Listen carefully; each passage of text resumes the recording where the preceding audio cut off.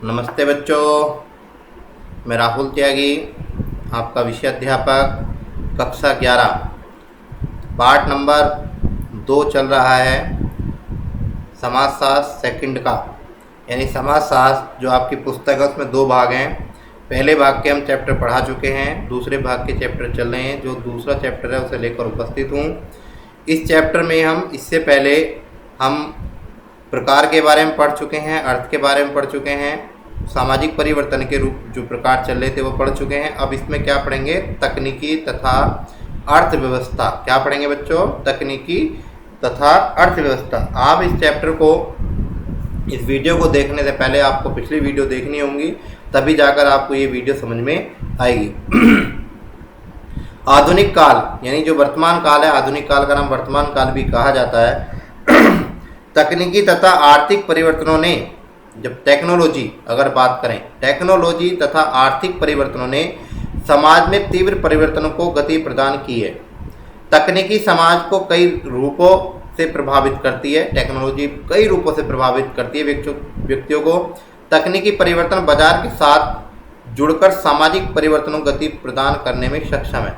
कहते हैं जो तकनीकी परिवर्तन केवल समाज बाजार में से ही नहीं जुड़ा हुआ है, अपितु ये सामाजिक परिवर्तन को गति प्रदान करने में भी सक्षम है। कहते हैं सुनामी के बाद आए परिवर्तन तथा तेल की खोज के बदलाव में से कहीं, कहते हैं जो तेल की खोज के बदलाव से कहीं अधिक प्रभावी परिवर्तन का स्वरूप प्रदान करता है। कहते हैं जब सुनामी आई थी उसके बाद जब तेल की खोज की गई उसमें टेक्नोलॉजी का बड़ा ही प्रभाव देखने को मिला। सामाजिक परिवर्तन का सर्वाधिक महत्वपूर्ण उदाहरण तकनीकी परिवर्तन द्वारा लाई गई औद्योगिक क्रांति। पहला नाम आया निकल के औद्योगिक क्रांति। ये तकनीकी का पहला एक सामाजिक परिवर्तन देखने को मिला। इसका नाम क्या है? औद्योगिक क्रांति है। जब ये औद्योगिक क्रांति हुई तो इसने पूरा ही हमारा स्तर बदल के रख दिया। इसने नई नई चीजें, नई नई मशीन, अगर हम औद्योगिक का नाम, औद्योगिक क्रांति का नाम दें उसे मशीनी युग भी कहते हैं। दूसरा नाम क्या दिया इसका? मशीनी युग भी कहते हैं। कहते हैं वाष्प इंजन की कई वृद्ध लोगों को शक्ति प्रदान की। वाष्प का इंजन बनाया गया, भाप का इंजन बनाया गया। पशुओं और मनुष्यों के मुकाबले कई गुना शक्ति संपन्न तथा बिना रुकावट के चलने वाले परिवहन संसाधनों का निर्माण हुआ। देखिए कितना परिवर्तन हो रहा है। भाप का इंजन का निर्माण हुआ, पशुओं और मनुष्यों के मुकाबले कई गुना शक्ति संपन्न तथा बिना रुके काम करने वाले परिवहन संसाधनों का निर्माण हुआ, जिसमें गाड़ी आदि की बात आती है। इसमें वाष्प चलित रेलगाड़ी तथा जहाज प्रमुख हैं। जहाज भी बनाए गए, रेलगाड़ियां भी बनाई गई। इन परिवर्तनों ने विश्व की अर्थव्यवस्था तथा सामाजिक स्वरूप को बदलकर रख दिया। रेल ने उद्योग तथा व्यापार को सुगम बनाया। सुगम मतलब आसान बनाया, सरल बनाया। रेल का काम, रेल के माध्यम से जो उद्योग व्यापार वगैरह हुआ करता था उसे लाभ हुआ। भारत में भी रेल परिवहन की शुरुआत हुई। भारत में भी रेल परिवहन की शुरुआत कभी 1853 में पहली रेलगाड़ी चलाई गई। 1853 में पहली रेलगाड़ी चलाई गई। वाष्प से चलने वाले समुद्र जहाज ने समुद्री यातायात को अत्यधिक तीव्र तथा भरोसेमंद बना दिया। इससे भरोसेमंद क्या होता है? जिससे हम भरोसा कर सकें। इसने अंतर्राष्ट्रीय व्यापार तथा प्रवास की गति को बदल दिया। इन परिवर्तनों ने विकास की लहर पैदा की, जिससे अर्थव्यवस्था के साथ सामाजिक, सांस्कृतिक तथा जनसंख्या स्वरूप में भी बदलाव देखने को मिला। कहते हैं बच्चों इस प्रकार से सारे कार्य करने को मिले। टेक्नोलॉजी ने बहुत सारा बदलाव किया। औद्योगिक क्रांति ने अपने माध्यम से बहुत सारा बदलाव लाने का प्रयास किया। कहते हैं वाष्प शक्ति की छाप तथा महत्व अपेक्षाकृत तीव्र गति से दृष्टिगोचर हुआ। हालांकि कभी कभी तकनीकी तथा सामाजिक प्रभाव लंबे समय से देखने को मिलता है। तकनीकी आविष्कारों में बहुधा तत्कालीन प्रभाव संकुचित होता है। कहते हैं जब भी तकनीकी जब आविष्कार होते हैं तो वो आविष्कार बहुत सारे उद्देश्यों के लिए होते हैं, बहुत बड़ा होता है। छोटा मोटा आविष्कार देखने को नहीं मिलता है। और ये आविष्कार जब धीरे धीरे अपना कार्य करता है तो लोगों को इसमें परिवर्तन देखने को मिलता है। आगे क्या बात करते हैं? बाद में होने वाले परिवर्तन आर्थिक संदर्भ के साथ खोज की सामाजिक महत्ता पर बढ़ावा देते हैं। कहते हैं बाद में होने वाले जो परिवर्तन है आर्थिक संदर्भों के साथ साथ नई नई खोजों का भी निर्माण का कार्य करते हैं तथा यह ऐतिहासिक घटना भी बन जाती हैं। ऐसी घटनाएं जो इतिहास में सम्मिलित की जाती हैं। ठीक है बच्चों, उदाहरण के तौर पर चीन में कागज आप सभी जानते हैं चीन में कागज की कार्य होता है। बारूद की खोज हुई जिसका सदियों तक संकोचित प्रयोग होता रहा, पर संकोच मतलब कुछ ही उनका प्रयोग होता रहा। पश्चिमी यूरोप में इस प्रकार के आधुनिकीकरण की नींव रखी गई। बारूद ने युद्ध की तकनीकी में परिवर्तन ला दिया, जबकि कागज की छपाई क्रांति का जन्म दिया। जब कागज आया तो उसकी छपाई प्रक्रिया शुरू हो गई। छपने के लिए नवीनी तकनीकी के प्रयोग में समाज में जागरण और धार्मिक तत्वों के सामाजिक तत्वों की समझ विकसित हुई। भाई जब कागज आया, छपाई शुरू हुई तो बहुत सारी चीज़ें धार्मिक आर्थिक रूप से सबको लाभ होने लगा। कहते हैं यूरोप में धर्म सुधार आंदोलन की सक्रियता प्रदान करने में प्रिंट करने वाली तकनीक को सर्वाधिक महत्वपूर्ण भूमिका रही। प्रिंट मतलब होता है छपाई, यानी जो भी धर्म सुधार आंदोलन का प्रक्रिया हुई, कहते हैं उस समय यूरोप के अंदर जब धर्म सुधार आंदोलन का प्रक्रिया चली, धर्म सुधार आंदोलन हुआ, उसमें प्रिंट मीडिया ने अपना बहुत बड़ा काम किया, बहुत बड़ी भूमिका निभाई। ठीक है बच्चों, क्या कहते हैं आगे, फिर कहते हैं इसमें दूसरा उदाहरण भी देखने को मिलता। पहला उदाहरण तो मैंने बताया आपको, ब्रिटेन में कपड़ा उद्योग में होने वाली तकनीकी का प्रयोग वस्त्र उत्पादन का नया रूप था। बाजारी शक्तियाँ थी को साम्राज्यवाद को साथ मिला और नवीन सूत बनाने वाली बुनाई करने वाली मशीनों ने भारतीय उपमहाद्वीपों के हथकरघा यानी हाथ से काम करने वाली, हाथ से बुनाई करने वाले उद्योगों को विनिष्ट कर दिया। विनिष्ट मतलब समाप्त कर दिया। भारत का हथकरघा उद्योग विश्व में व्यापकता श्रेष्ठ था, यानी हथकरघा वाले जो लोग थे, हाथों से जो बुनाई किया करते थे, वो भारत के अंदर सबसे अच्छे, कहते बड़े क्षेत्र व्यापक रूप में थे और श्रेष्ठ माने जाते थे। पर जब नई टेक्नोलॉजी आई, तकनीकी आई, उसने क्या करा, सूत बनाने वाली मशीनें बना दी गई, बुनने वाली मशीनें बना दी गई। उन्होंने भारत के अंदर इस तरीके के जो हथकरघा वाले लोग थे उनको उद्योग को क्या कर दिया, समाप्त कर दिया। कई बार आर्थिक प्रवृत्तियों में होने वाले परिवर्तन तकनीकी नहीं होता। कहते हैं कभी कभी आर्थिक जो प्रवृत्तियाँ होती हैं उनके अंदर जो हो रहे परिवर्तन वो तकनीकी परिवर्तन नहीं होते हैं। कहते हैं किंतु उसमें समाज को बदलने की क्षमता होती है। रोपण कृषि में नगदी फसलें, रोपण मतलब होती है बोने वाली, जो रोपी जाती हैं मतलब बोई जाती है, यानी एक तो फसल वो होती है कि जिससे बखेर के या बीज वगैरह से होते हैं, एक वो होते हैं जो पेड़ होते हैं उन्हें लगाया जाता है। जैसे गन्ना है, गन्ने की कोई वैसा नहीं होता, गन्ने को काट के ही बोया जाता है। चाय को भी ऐसे ही बोया जाता है, कॉफ़ी को भी, कपास को, इत्यादि जो कृषि होती हैं, जो रोपण वाली होती हैं, नगदी फसलें होती हैं जिनके बेचने पर नगद पैसा प्राप्त होता है, इसलिए नगदी फसल भी इन्हें कहा जाता है। इसमें श्रम की भारी मांग होती है, यानी इसमें बहुत सारा परिश्रम चाहिए, बहुत सारी इसमें मेहनत चाहिए। इसने 17वीं से लेकर 19वीं शताब्दी के बीच अमेरिका, यूरोप, अफ्रीका में दासों के व्यापार की गति प्रदान की। दास कौन होते हैं? दास होते हैं नौकर। उनके व्यापार को गति प्रदान करी, नौकरों की जो आवश्यकता थी वो ज़्यादा बढ़ी। भारत में भी असम में चाय बागवानों में जो चाय के जहाँ क्षेत्र थे वहाँ पर काम करने वाले अधिकांश लोग झारखंड तथा छत्तीसगढ़ के आदिवासी इलाके के लाए गए थे। कहाँ के लोग लाए गए थे? झारखंड और छत्तीसगढ़ के लोग जो चाय के बागवानों में काम करते थे, असम के। ऐसे लोगों को बाध्य होकर प्रवासी जीवन जीना पड़ता था। प्रवासी जीवन कौन सा होता है बच्चों? जो अपने स्थान को छोड़कर दूसरे स्थान पर जाकर वो जीते हैं, अपने जाकर रहते हैं, अपना जीवन यापन करते हैं। विश्व व्यापार संगठन के समझौता तथा अन्य अंतर्राष्ट्रीय समझौतों के बाद आयात कर शुल्क में आए परिवर्तन में से कई क्षेत्रों में रोजगार को समाप्त कर दिया गया, जबकि कई क्षेत्र रोजगार के नए अवसर सामने आए।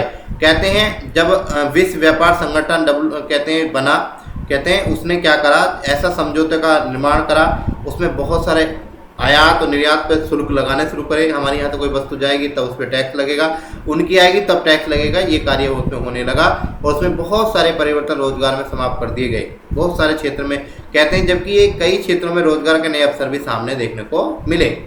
अब क्या है बच्चों? अब है राजनीति। अभी से हमने तकनीकी की बात करी, अब करेंगे राजनीति की बात। राजनीति में क्या कहते हैं?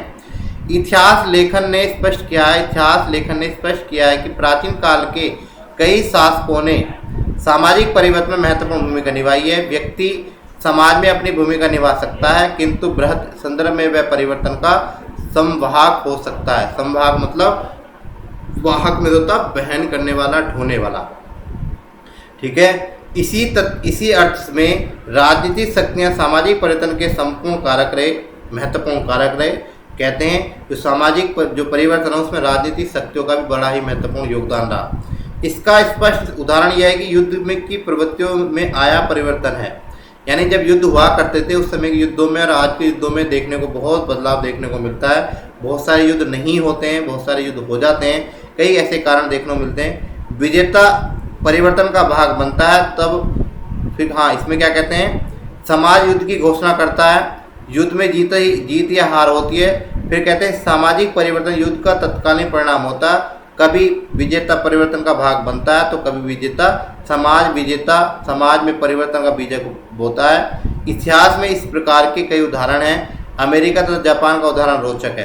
क्या कहते हैं कि कई ऐसे उदाहरण देखने को मिलते हैं। जब राजनीति की बात करते हैं तो वहाँ पर बहुत सारी ऐसी चीज़ें होती हैं। समाज तो युद्ध की घोषणा करता है, युद्ध में हार जीत होती है, सभी जानते हैं। कभी कभी ये युद्ध में हार जीत जो होती है ये सामाजिक परिवर्तन में युद्ध का तत्कालीन परिवर्तन भी देखने को मिलता है, ऐसा परिणाम भी देखने को मिलता है। कहीं पर विजेता टीम होती है उसकी वाहवाही की जाती है, कहीं पर उस हारी हुई जीत को और ज़्यादा उकसाने का प्रयास किया जाता है। इतिहास में इस प्रकार के बहुत सारे उदाहरण देखने को मिल जाते हैं और एक उदाहरण इन्होंने बताया अमेरिका और जापान का, ऐसे ही उदाहरण है। द्वितीय विश्व युद्ध का अंत अमेरिका द्वारा जापान पर परमाणु हमला था। आप सभी जानते हो अमेरिका ने जापान पे, जब द्वितीय विश्व युद्ध का अंत हुआ तो अमेरिका ने जापान पे परमाणु हमला बोल दिया था और 2 बम डाले थे, जिसको हम कहते हैं जापान पर 1945 में 2 परमाणु बम गिराए गए। और वो कहाँ गए, हिरोशिमा और नागासाकी, यानी 2 जगह ऐसे बम गिराए गए। जापान ने समर्पण कर दिया। अमेरिका ने जापान पर नियंत्रण कर कई वर्षों तक शासन किया। इसी दौरान जापान में भूमि सुधार के साथ कई महत्वपूर्ण परिवर्तन भी आए। देखिए, जब अमेरिका ने जापान पर बम गिर दिए थे 1945 में हिरोशिमा और नागासाकी में, तो वहाँ पर जापान ने उन्हें अपना आप को समर्पण कर दिया। फिर अमेरिका के अधीन हो गया जापान और वहाँ पर कई वर्षों तक वो शासन किया उसने। और बाद में क्या हुआ, इस दौर में जापान के अंदर बहुत सारे भूमि सुधार महत्वपूर्ण परिवर्तन देखने को मिले। इसी दौर में जापान उद्योग के संचालन की कोशिश कर रहा था, औद्योगिक प्रक्रिया कर रहा था। 1970 के दशक में जापानी द्वारा सीखी गई तकनीकी के कारण जापान अमेरिका से भी आगे निकल गया। जापानी तकनीकी कार निर्माण के क्षेत्र में उपलब्धि हासिल की। अगर हम बात करें जो जापान है वो उसमें कार का बहुत ज़्यादा निर्माण होता है। किनका, आप सभी देख तो कारें। 1970 के दशक में 1990 के दशक तक जापान के उद्योग में संपूर्ण विश्व को प्रभावित किया। यह यूरोप तथा अमेरिका के उद्योगों को पीछे छोड़ चुका था। यानी वहाँ के जो कार्य थे, वहाँ का जो उद्योग था, यूरोप और अमेरिका के जितना भी उद्योग हो रहा था उन्हें पीछे छोड़ चुका था जापान, क्योंकि उसने बहुत तरक्की कर ली थी। जापान ने औद्योगिक तकनीकी तथा उत्पादन प्रबंधन पर भारी उद्योग, कहते हैं स्टील, वाहन, भारी इंजीनियरिंग के क्षेत्र में भी श्रेष्ठ उत्पादन को प्रभावी बनाया, जिससे पश्चिमी देश के विनिर्माण में भारी धक्का हुआ, यानी धक्का पहुंचा। आप सभी जानते हैं, उन्हें झटका लगा। जो भी कोई पश्चिमी देश थे, जो भी कोई चीज़ों का निर्माण करते थे, उन्हें बहुत धक्का पहुंचा। पश्चिमी देश के उत्पादन को जापानी तकनीक के अनुसार अपनी उत्पादकता में परिवर्तन करना पड़ा। इसी दौरान जापान ने उभरते इलेक्ट्रॉनिक्स को सूत्रपात भी किया। इलेक्ट्रॉनिक आप भी देखते हो कि आजकल बहुत सारी चीज़ें बन के आती हैं। जापान ने युद्ध तकनीकों को बीजक, आर्थिक तथा और क्या क्या इसमें प्रौद्योगिकी के क्षेत्र में अमेरिका को चुनौती भी दी। यानी जब उन्होंने इलेक्ट्रॉनिक्स चीज़ें बनाई, उसमें बहुत सारी ऐसी चीज़ें बनाई जिससे उन्हें अमेरिका को भी आर्थिक क्षेत्र में और प्रौद्योगिकी क्षेत्र में अमेरिका को चुनौती दे डाली। कहते हैं राजनीतिक परिवर्तन के संबंध में केवल अंतर्राष्ट्रीय राजनीति से हो ऐसा नहीं है, इसका बड़ा असर समाज में भी पड़ता है। भारत में भी स्वतंत्रता संघर्ष का असर केवल यही नहीं हुआ, ब्रिटिश शासन समाप्त हो गया, बल्कि कई सामाजिक परिवर्तन भी देखने को मिले। बच्चों, अभी मैं आपको ये बता रहा था, इसमें राजनीति जो परिवर्तन की बात कर रहे हैं उसमें क्या था, केवल राजनीतिक परिवर्तन अंतर्राष्ट्रीय क्षेत्र में देखने को ही नहीं मिलता, अभी तो ये समाज के अंदर भी देखने को मिलता है। जब देश आज़ाद हो गया उसके बाद भी ऐसे बहुत सारे बदलाव देखने को मिले। इसमें क्या है, नेपाल में वर्ष 2006 में राजशाही को समाप्त कर सामाजिक परिवर्तन अनिवार्य रूप से देखने को मिलता है। नेपाल में लोकतंत्र की स्थापना हुई। लोकतंत्र मतलब शासन, जनता द्वारा जनता का जो शासन होता है उसे चुना गया। लोकतंत्र का निर्माण किया। सार्वभौमिक व्यस्क मताधिकार का सिद्धांत को लागू किया गया। सभी को वोट डालने का अधिकार दिया गया। सार्वभौमिक व्यस्क मताधिकार राजनीतिक स्तर पर बड़ा परिवर्तन रहा।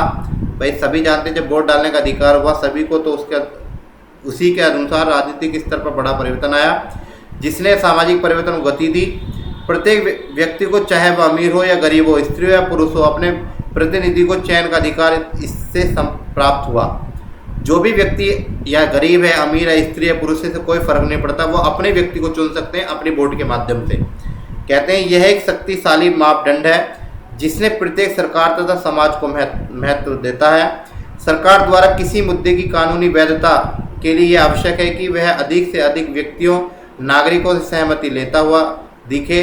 सामाजिक परिवर्तन के परिप्रेक्ष्य में यह व्यापक बदलाव है। राजनीतिक क्षेत्र में के माध्यम से, ऐसे लोकतंत्र के माध्यम से, व्यस्क मताधिकार के माध्यम से, सार्वभौमिक व्यस्क मताधिकार के माध्यम से, अपने व्यक्ति को चुनने के अधिकार से सामाजिक परिवर्तन में भी बहुत बड़ा लाभ पहुंचा। ये राजनीतिक क्षेत्र में भी, अगर हम बात करें राजनीति के माध्यम से भी परिवर्तन हमारे सामाजिक परिवर्तन में देखने को मिला, तकनीकी के माध्यम से भी परिवर्तन देखने को मिला। इस प्रकार से हम जो परिवर्तन की बात कर रहे हैं, सामाजिक परिवर्तन की बात कर रहे हैं, वो सारे परिवर्तन हमें इसमें देखने को मिले। सामाजिक परिवर्तन में के परिप्रेक्ष्य में बड़े ही व्यापक बदलाव आए हैं। इसलिए बच्चों, राजनीतिक क्षेत्र, आर्थिक क्षेत्र, तकनीकी क्षेत्र के माध्यम से हमने जो सामाजिक परिवर्तनों को समझने का प्रयास किया है, ये इस चैप्टर में समझा रहा। अब आगे जो हम इसमें समझेंगे वो होगा संस्कृति, और संस्कृति को हम अगली वीडियो के माध्यम से पढ़ेंगे। धन्यवाद।